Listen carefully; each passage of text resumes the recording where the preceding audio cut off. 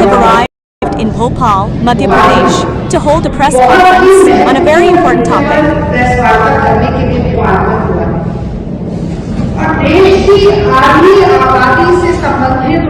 I welcome, congratulate, and welcome all the journalists and media colleagues who have come for this important press conference concerning the rights of half the country's population.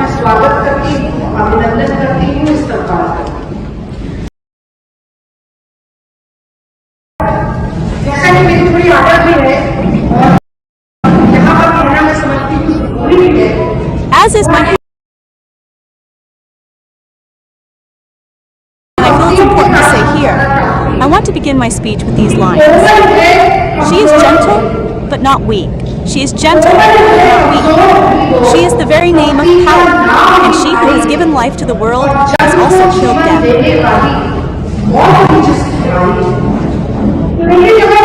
So, when we talk about women's power, when we talk about half the country's population, when we talk about women, when we talk about the daughters of Mother India, we talk about the power that has the power to defeat death, to give life to the world. And where will the anti-women mentality of the BJP, Hassan, and Modi stand in front of the one who can defeat death? In which field will they stand? So, first of all, in today's important press conference, I want to say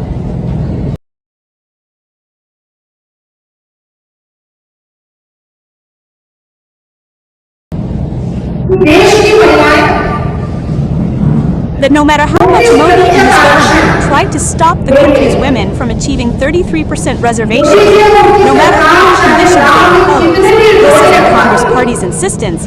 Right. This is the insistence of Ragini. Right. This is the insistence of Rahul Gandhi. This is the insistence of Rahul Gandhi. Right.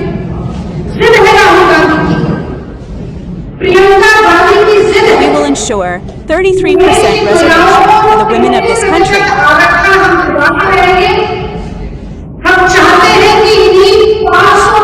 We want reservation for these 543 seats, and within that, our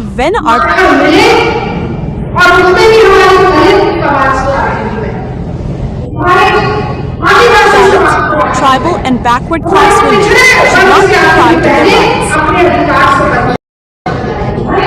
The Congress Party will fulfill this insistence of ours, no matter what obstacles stand in the way.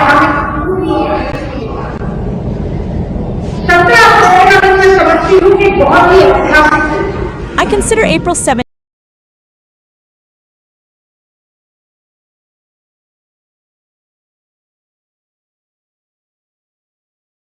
a very historic day, and it was historic because the unity of the opposition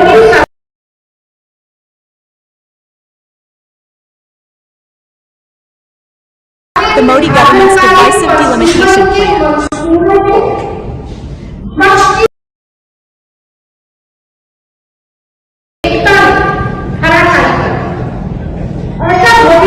Such a lavish propaganda was spread that the government realized that democracy cannot be bulldozed.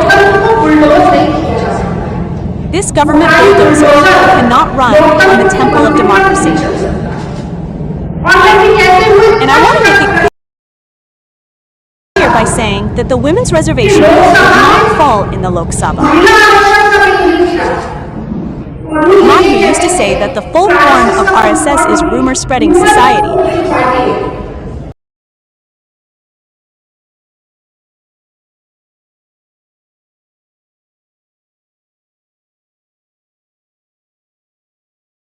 Lie again and again, speak loudly, and even today, they live under the illusion that if they lie again and again, perhaps everyone will believe the truth. They are repeating this in the Lok Sabha.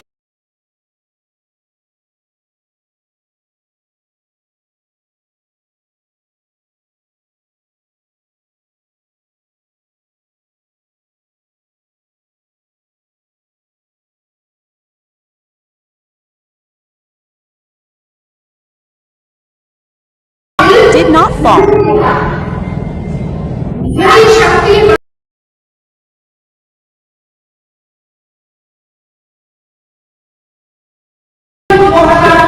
Nari Shakti Bandhan was passed unanimously in 2023. Sonia Gandhi and Rahul Gandhi stood in Parliament and gave their support, giving their full cooperation to this bill. So did it fall?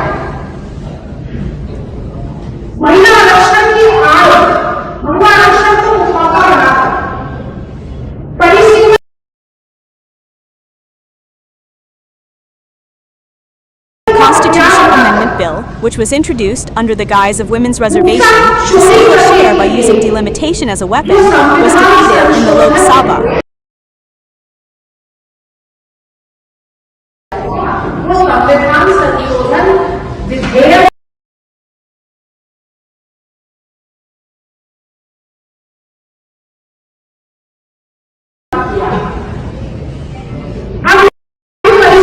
Now, it becomes crucial to understand the story of this delimitation. Delimitation will be done according to the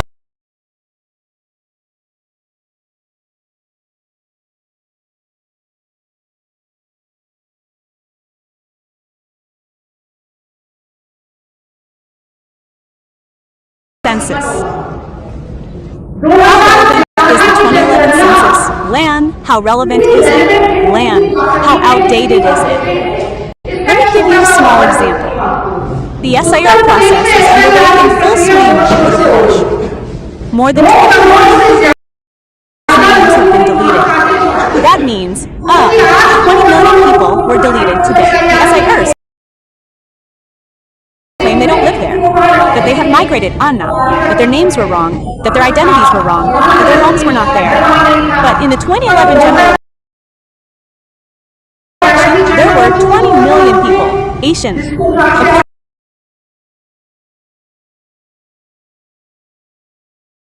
whom you want to make the division, and not just those 20 million. There are millions more who probably don't live there today. So what kind of age is this? What kind of compassion is this? What are you trying to do? Women's reservation is a matter of debate within the Constitution of India.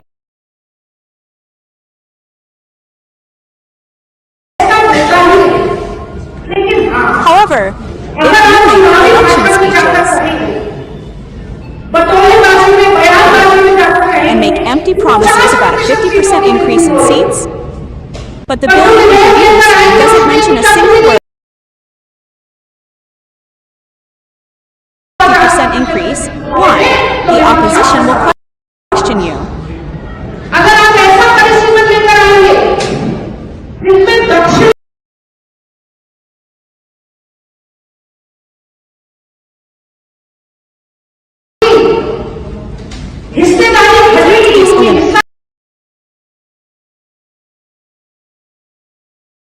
Share of southern states. The other share, you have.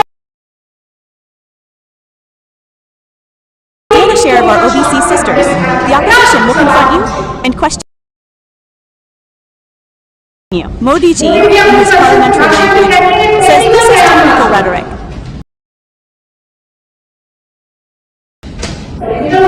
Technical rhetoric means I believe that some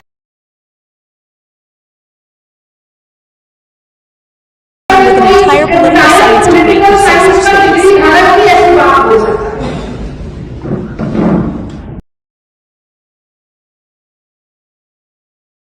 Of the total seats in the country today, the southern states represent 24.3% in parliament.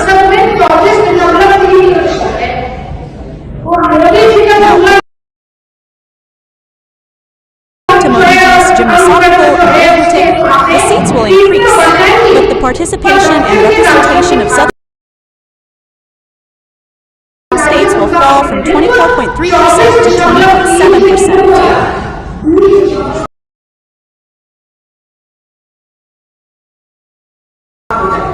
Is this fair? The percentage of the northeastern states will also decrease by this amount. Is this fair? The 2011 does not include the OBC category. there is no data related to OBC. If you implement it on that basis, what will happen to our backward class sisters? How will they get reservation? Is this fair? So all these questions were related to delimitation, to which the opposition showed unity and defeated that bill. Now Modi ji says that the intention of the opposition is bad. The intention of the Congress party is bad. We do not have to give reservation to women. Now, I think it should not be said about Modi ji also, but as a person grows old, even a little memory gets affected. In 1993, the 73rd and 74th Amendments to the Constitution were passed.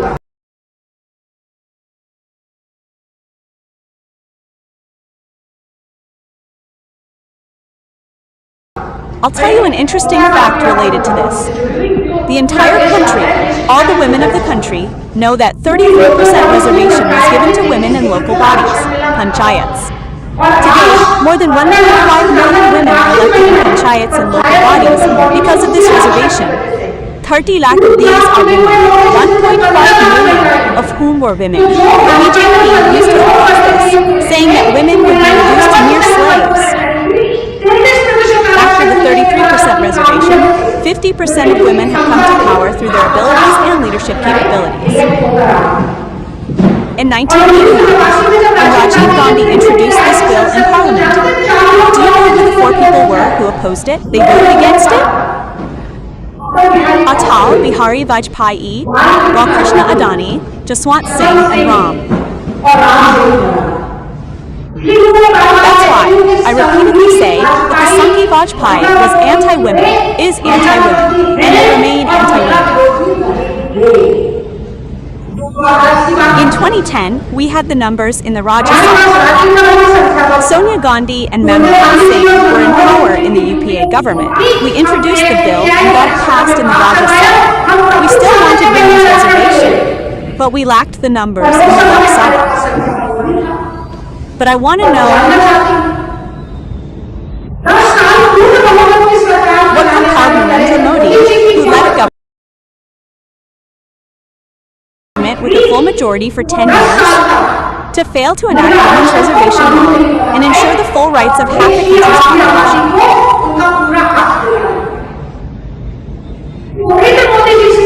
So I ask you, if your intentions were clear, then Rahul wrote to you in 2018 and said that the Congress Party fully supports you.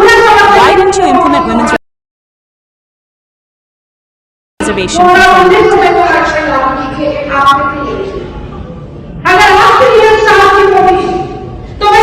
If your intentions are clear, then I ask you, in 2023, when the entire opposition united and passed the Nari Vanshakti Shakti Act, you made that law rely on delimitation and census.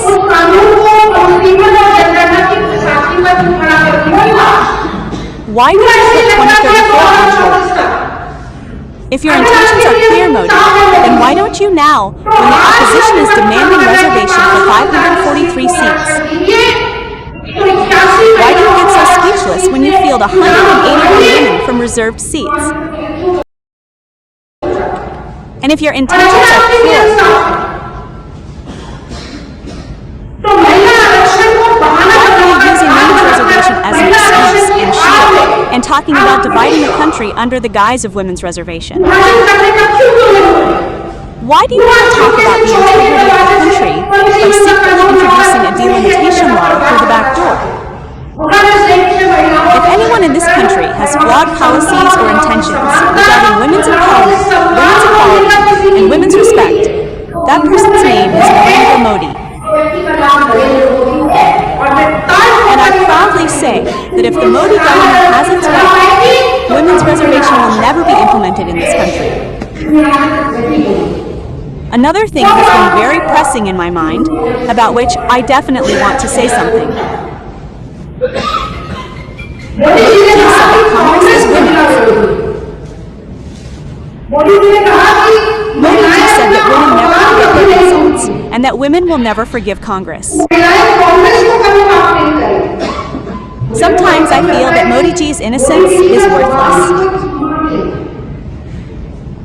He says whatever comes to his mind, only for electoral gain. Who was insulted? Before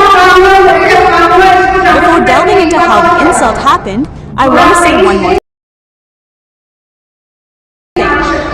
The Nari Shakti Bandhan Act is passed in 2023, but when is its notification issued?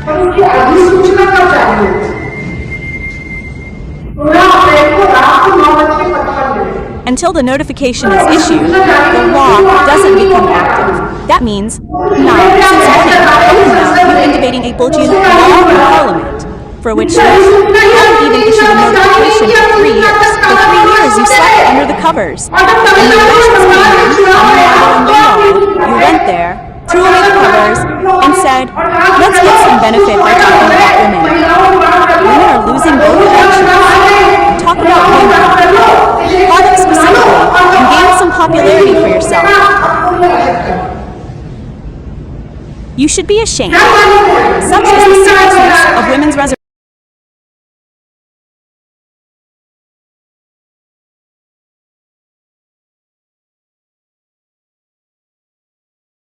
The government didn't even think about issuing a notification for 3 years. Now, let me turn to the insult to women. Look, I think Modi was absolutely right when he said that women tolerate their insults. That's why we can never forget when 2 daughters of India were being torn apart in Manipur. When a girl was raped and killed in Hathras, the police were pouring petrol on her and setting her ablaze in the middle of the night. When an elected woman leader was being disrobed and disrobed in Lakhimpur Kheri.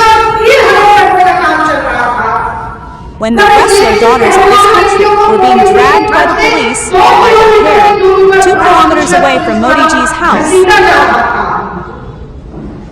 Modi ji was hurt then. Then, the Prime Minister of this country was watching the spectacle. When the BJP MLA in Unnao was harassing the victim after gang raping her and killing her family.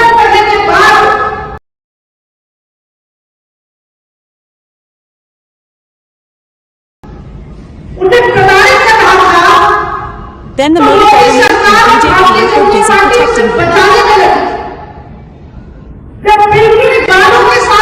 When those who committed injustice against the bill were being released from jail, Bharatiya Janata Party leaders were welcoming them with garlands, sweets, and sweets, while Modi remained silent.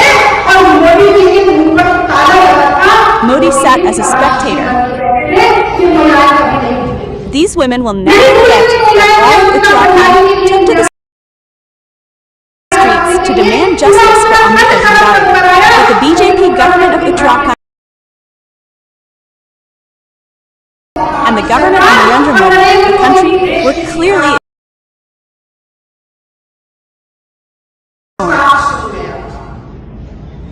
But then I wonder, who should I expect this from? This is the same Prime Minister, isn't it? This is the same Narendra Modi, who called the then Congress President, the UPA chairperson, and the wife of this country's Mormon Prime Minister, the Congress widow.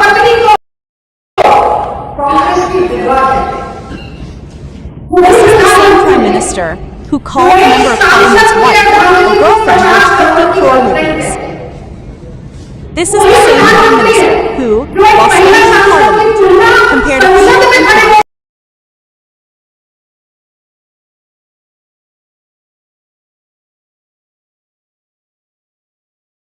This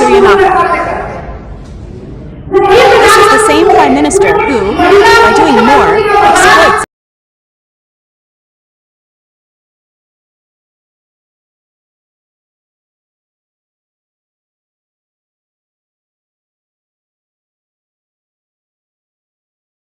female Chief Minister.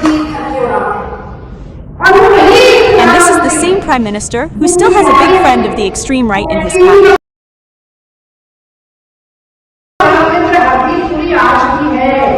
He hasn't been removed. So what really expected from such a Prime Minister? Why talk about women's respect? from such a prime minister. Expecting such a prime minister to do anything for the benefit of women, including women's reservations? I think that's just a misunderstanding. I want to present some statistics to you, which will make the picture absolutely clear. The difference between Modi's actions and his actions is 31 women from the Bharatiya Janata Party out of 240 MPs.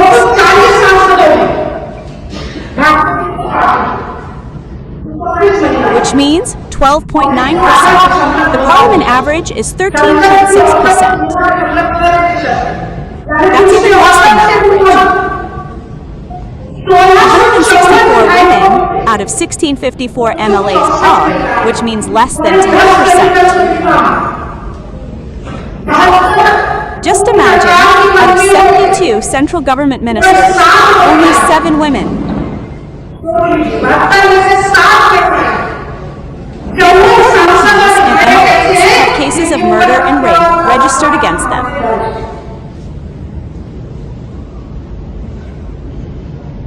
And then he comes and says that women won't forgive. He won't forgive those who disrespect women. That's why I sometimes feel it's crucial to tell Modi that when his own house is made of glass, he shouldn't throw stones at others. When criticizing others, first hold a mirror up. First, look at your own self. See what you've done for women. What you've said about women, and how much you've insulted them. I won't speak for long. I definitely want to say one last thing. Sarah, because a message to the nation is a very important thing. It's not a trivial matter. It involves a very serious matter. It said, "Kaya mukhaan, pansugale, boses sa kalang tulsi sa hita." Meaning, the mouth should be like them. When we eat anything through our mouths, it doesn't discriminate.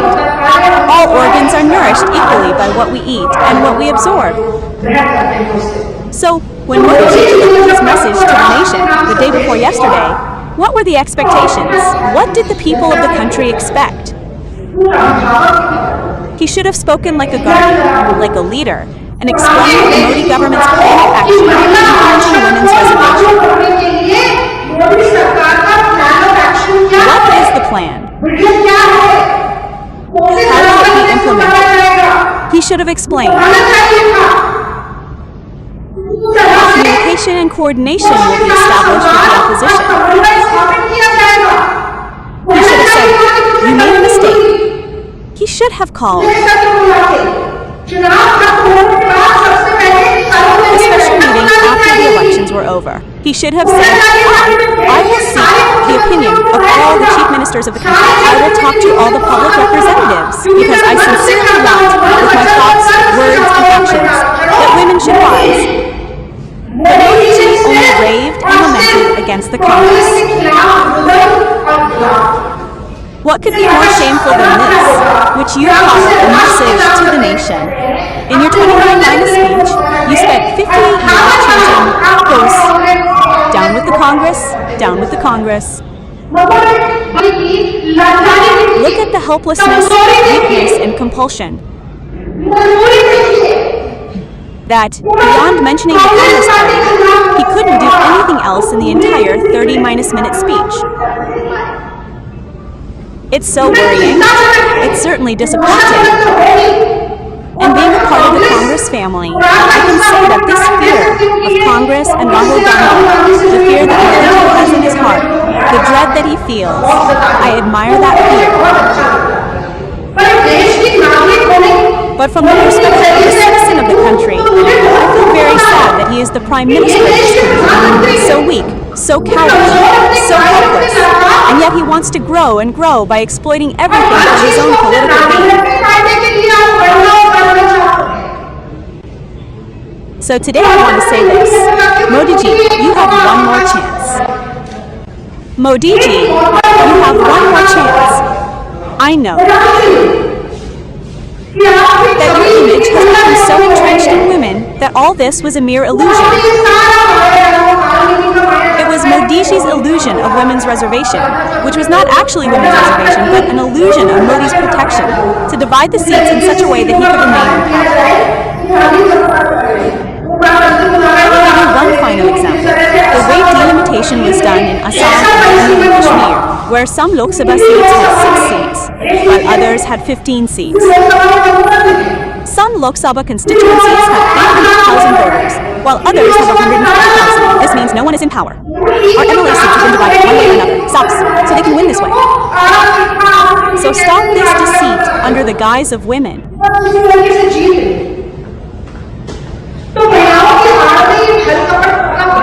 Finally, Goswami Tulsidas wrote about Lord Sri Ram in the Ramcharitmanas. The one with a pure mind will attain victory, but attachment, deceit, and fraud will attain it. Priyanka Gandhi expressed the same sentiment in Parliament on behalf of women of the country. Brothers, you are deceiving us, making excuses, talking about other things. You're playing the women's reservation rattle, just like you played the Ujjwala rattle. A cylinder is available for arms. 3000B. Can anyone afford gas? So stop playing the rattle of such a woman, Arun. Women are not called the embodiment of power for nothing. Women understand everything, participate in everything. They have a sixth sense that tells you who is speaking for your rights and who is looking at you in a negative light. So Modi, you have one more chance. Today, Congress is making a demand and offering you this deal. Accept our full support. All the MPs are with you. Reservation for 543 seats today. Send 181 women to Parliament. Bring the law in the monsoon session. You need to make a small amendment to your Women's Restrictions on Women Act, so we can pass it in 2029. We will support you in accordance with that amendment, granting rights and reservations to Dalit, tribal, and backward class women. We are with you. And if you think you can deceive the public with the delimitation process in the name of women's reservation and allow the opposition to do so, then you are mistaken. Clear your misconceptions, and if you want to improve your anti-women image, stand shoulder to shoulder with us and get 181 of the 543 women elected to Parliament by passing legislation this very session.